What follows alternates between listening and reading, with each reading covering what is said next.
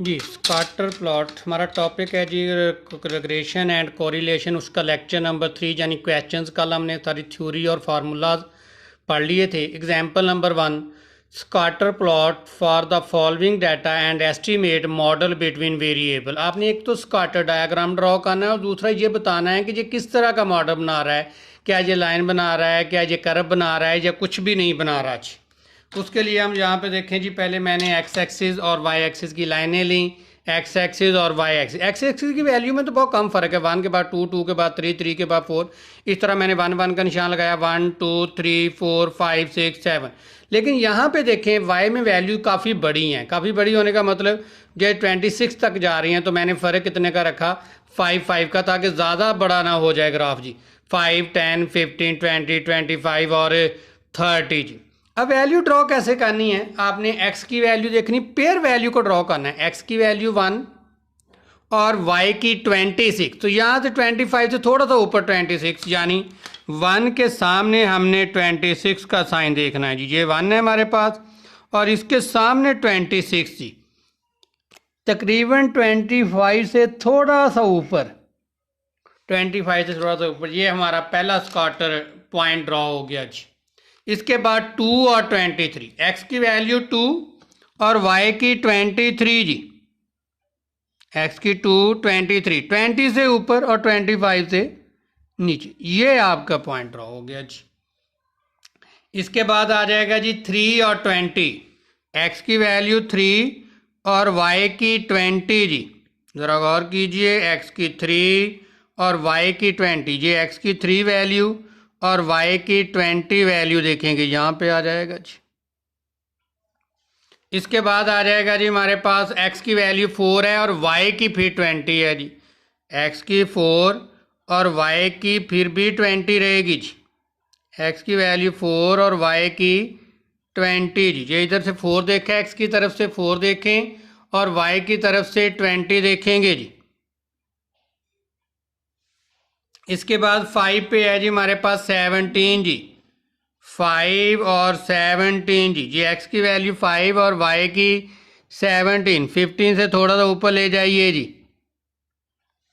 इसके बाद आ जाएगा जी हमारे पास 6, x की वैल्यू 6, y की 11 जी। x की 6, y की 11 जी। 10 से थोड़ा सा ऊपर, x की 7, x की वैल्यू 7 है जी और y की जी 10। तो ये आ जाएगा जी हमारे पास। इसके बाद x की 8 और y की 13 जी। फिर इसके बाद x की 9 और y की 10 जी। इसके बाद x की 10 और y की 6 जी।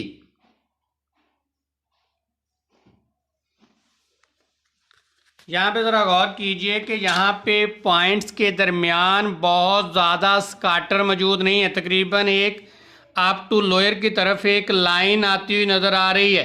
थोड़ा बहुत स्कैटर आगे पीछे तो होनी है वैल्यू, लेकिन ये देखें ऊपर से नीचे की तरफ वैल्यू आ रही हैं और ये एक आपको लाइन शो कर रही हैं। किस तरह का ट्रेंड शो कर रही हैं बच्चों, लाइन। जैसे ये देखें इन पॉइंट्स के आप इर्द गिर्द से लाइन गुजारें तो इसका मतलब है ये तकरीबन लाइन, यानी थोड़ा बहुत मैंने फर्जी लाइन तक ड्रॉ की। तो ये ज़रा गौर करें, ये लाइन, ये इसका स्कैटर है, थोड़ा थोड़ा फासला ये इनके सेंटर से मैंने वैल्यू गुजारी। तो ये एक ट्रेंड जो है, ये लाइन का ट्रेंड शो कर रही है। इसका मतलब ये रिग्रेशन लाइन शो कर रही है जी। आगे नीचे लिखेंगे, this scatter plot show that the point lie approximately line. ये पॉइंट जो हैं ये अप्रोक्सीमेटली एक लाइन शो कर रहे हैं। अगर ये लाइन शो कर रहे हैं तो इनका मतलब इनके दरमियान जो रिलेशन है वो लीनियर है और रिग्रेशन मॉडल बना रही है जी।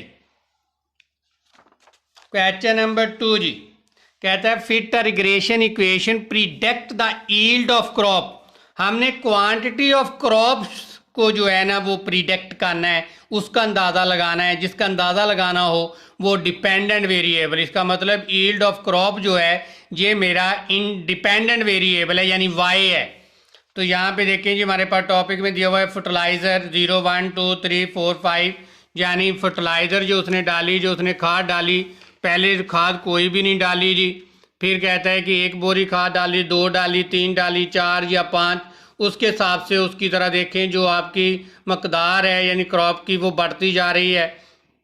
फर्टिलाइज़र में आ गया 0 1 2 3 4 5, ईल्ड यानी वाई, फर्टिलाइज़र एक्स है, ईल्ड वाई हो गया 9 16 25 38 50 और 60 जी। ज़रा गौर से बेटा ऊपर पढ़ें, fit regression line predict the yield, मुझे ईल्ड को प्रिडिक्ट करना है, प्रोडक्ट ऑफ क्वांटिटी को मुझे जो है ना वो प्रिडिक्ट करना है, उसका अंदाज़ा लगाना है। तो ये मेरा ईल्ड जो है ये मेरा डिपेंडेंट वेरिएबल होगा, डिपेंडेंट वेरिएबल वाई। इसका मतलब लीस्ट स्क्वायर रिग्रेशन लाइन जो हमने फाइंड आउट करनी है वो है वाई ऑन एक्स जी।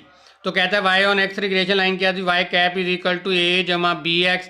इसकी नॉर्मल इक्वेशंस कैसे बनाएंगे, नॉर्मल इक्वेशन से हमने क्वेश्चन को करना सीखना है पहले नॉर्मल इक्वेशन से जी।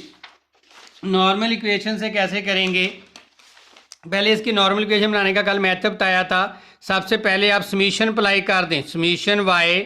अब यहाँ पे ये तो कांस्टेंट है, कांस्टेंट पे समीशन नहीं अप्लाई होता, ये क्या आ जाता है G N A plus B, ये वेरिएबल एक्स तो आ जाएगा समीशन है जी। ये आपकी पहली नॉर्मल इक्वेशन। दूसरी नॉर्मल इक्वेशन कैसे बनाएंगे, इसी के इंडिपेंडेंट वेरिएबल से सारी इक्वेशन को मल्टीप्लाई करेंगे, एक्स से सारी रकम को मल्टीप्लाई किया, ये आ गया जी समीशन एक्स वाई जी। ये हमारे पास समीशन एक्स वाई। अब यहाँ पे आपने जब एक्स से मल्टीप्लाई किया तो यहाँ पे वेरिएबल आ गया, अब एन नहीं रहेगा, ए ये इसमें एन, जब वेरिएबल आ गया तो एन किस में बदल जाएगा, समीशन एक्स। यहाँ पे एक्स से मल्टीप्लाई किया तो समीशन एक्स का स्क्वायर जी।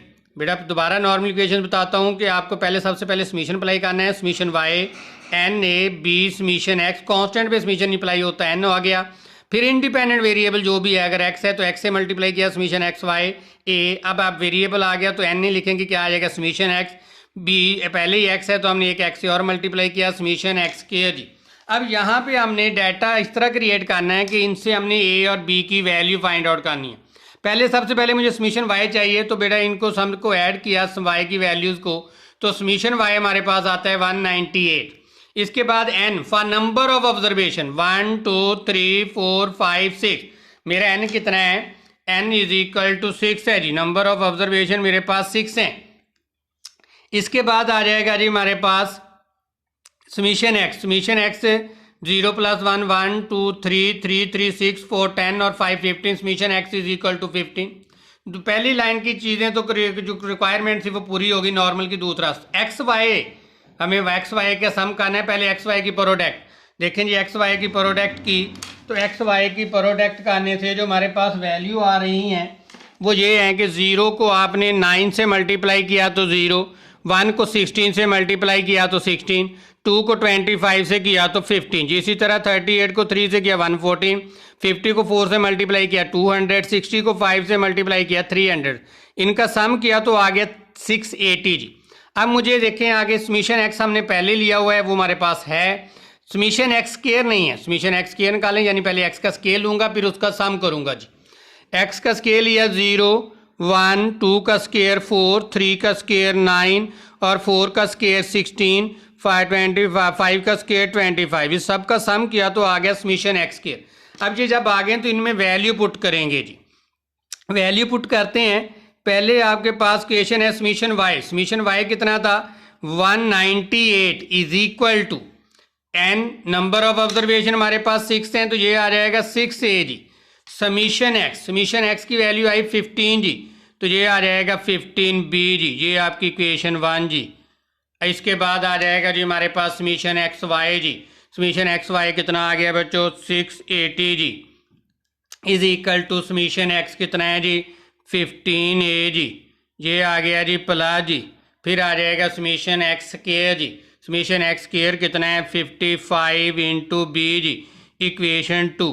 अब दो इक्वेशनें मेरे पास क्रिएट होगी जो हमने नॉर्मल को है। अब आपको मैथमेटिक्स के स्टूडेंट्स हैं तो आपको ये पता होना चाहिए कि आपको जितनी कांस्टेंट या वैल्यूज़ फाइंड आउट करनी होती हैं उतनी ही इक्वेशन चाहिए होती हैं। हमारे पास दो ही कांस्टेंट ए और बी जो हमने फाइंड आउट करने हैं, हमारे पास दो इक्वेशनें मौजूद हैं जी। अब इन दोनों इक्वेशनों को सॉल्व करते हुए ए और बी की वैल्यू फाइंड आउट करेंगे। कैसे करेंगे, अब एक्स और ए के कोफिशिएंट को इक्वल करें, यानी 15 को ऊपर वाली इक्वेशन से मल्टीप्लाई और 6 को नीचे वाली इक्वेशन से मल्टीप्लाई करें। जब आपने मल्टीप्लाई किया तो गौर कीजिएगा, आपने फ्रॉम इक्वेशन 1 एंड 2 को सॉल्व करते हुए मैंने 15 को ऊपर वाली इक्वेशन 1 से मल्टीप्लाई किया। 15 मल्टीप्लाई बाय इक्वेशन 1 जी। ज़रा गौर कीजिएगा, हमारे पास पहली वैल्यू 198 मल्टीप्लाई बाय कितना करना है 15 जी। ये आ जाएगा हमारे पास 2970 इज इक्वल टू 15 को 6 से मल्टीप्लाई करें, 15 मल्टीप्लाई बाय 6 जी, ये आ गया 90A जी, प्लस 15 को 15 से मल्टीप्लाई करें 15 का यानी कि स्क्वायर जी, तो ये आ जाता है 225B जी। अब आपने 6 को नीचे वाली इक्वेशन से मल्टीप्लाई करना है, इसका मतलब 680 को मल्टीप्लाई बाय क्या करेंगे 6 जी, मल्टीप्लाई बाय 6, ये आ जाएगा 4080 जी इज इक्वल टू, फिर हमारे पास हमने 6 को 15 से किया तो 19A जी, प्लस आ गया जी हमारे पास 15 को 55 से, सॉरी 6 को 55 से करें 55 मल्टीप्लाई बाय 6 जी, तो ये आ गया हमारे पास 330B जी। लेकिन इन दोनों इक्वेशनों को सॉल्व करते हुए इसको हमने मल्टीप्लाइंग बाय क्या किया था 15 जी पहली इक्वेशन को, दूसरी इक्वेशन को मल्टीप्लाइंग बाय से जी, यानी 15 को ऊपर वाली इक्वेशन से मल्टीप्लाई, 6 को नीचे वाली इक्वेशन से मल्टीप्लाई, ताकि ए के कोफिशिएंट्स इक्वल हो गए। देखें जी दोनों के कोफिशिएंट इक्वल हो गए। अब इनको कैंसिल करने के लिए ये positive and negative, positive negative, positive and subtract करेंगे जी, ये आ जाएगा जी 2970 माइनस 4080 जी, तो ये आ जाएगा माइनस 1110 जी इज इक्वल टू, ये दोनों कैंसिल हो गए जी, ये आ गया जी 225 माइनस 330 जी, ये 330 is equal to minus 105B जी। अब बेटा माइनस 105 को तो जाके डिवाइड करें तो B इज इक्वल टू आ जाएगा minus 1110 divisible by minus 105 is equal to जी 1110 divisible by 105 is equal to, ये आएगा 10.57 जी, बी की वैल्यू आई 10.157 जी। अब वैल्यू फाइंड आउट करनी रहेगी हमारी ए की जी। अब ए की वैल्यू फाइंड आउट करने के लिए हमें इन दोनों इक्वेशनों में से किसी इक्वेशन में जाके बी की वैल्यू पुट कर देते हैं जी। अब वैल्यू पुट करते हैं, पुट द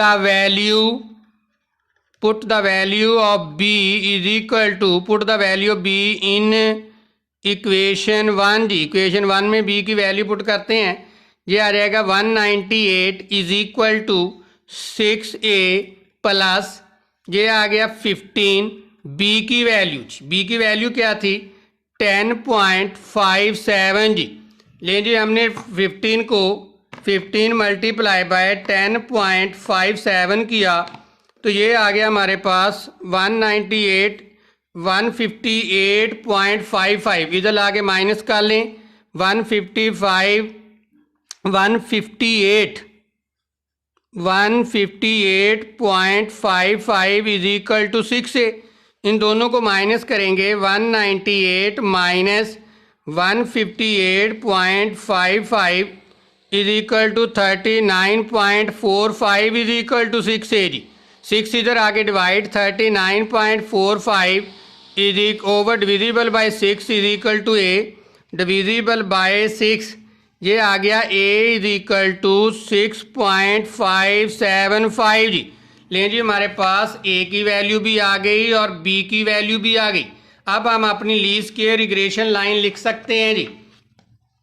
कहता है the least square regression line y on x क्या है जी, y कैप इज इक्वल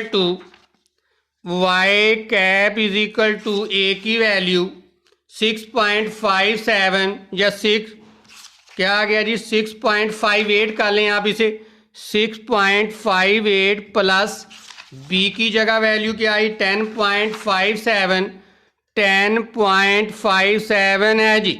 लें जी ये हमारी रिग्रेशन लाइन बन गई जी। अब ये रिग्रेशन लाइन क्या शो कर रही है, हमारा वाई इंटरसेप्ट यानी स्टार्टिंग वैल्यू जो हमने शुरू की वो 6.58 थी जब x 0 था, लेकिन फिर हमारे पास स्लोप कितनी है 10.57 स्लोप ये शो कर रही है कि x का 1 यूनिट इंक्रीज करने से y के 10.57 यूनिट इंक्रीज कर जाएंगे।